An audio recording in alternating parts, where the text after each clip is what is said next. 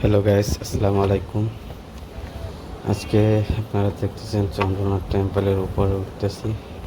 Already অনেক দূর উঠে গেছি। উঠতে উঠতে হাঁপিয়ে গেছি। প্রায় 600-র উপরে সিঁড়ি বেয়ে বেয়ে উপরে ওঠা আসলে অনেক কষ্টের বিষয়। ওই যে দেখা যাচ্ছে মন্দিরটা, হাত পা কাঁপতেছে। হাত পা কাঁপার কারণে ক্যামেরা বারবার ঘুরে যাচ্ছে। ক্যামেরা ঠিক মতো ধরতে অনেক কষ্ট হয়ে যাচ্ছে। একে তো অনেক গরম, তার উপরে এত উপরে উঠে সত্যি অনেক কষ্টের বিষয়। ওই যে মন্দির দেখা যাচ্ছে, এটা মূল মন্দির না, এর উপরে আরও একটা মন্দির আছে যেটা হচ্ছে মূল তীর্থস্থান হিন্দুদের। এটা অনেকটা সাব মন্দির বললেও ভুল হবে না। তো আপাতত আমরা এই পর্যন্ত উঠবো, দেন আমরা ওই বড় মন্দিরটায় উঠবো। ওঠা যাক, চলেন।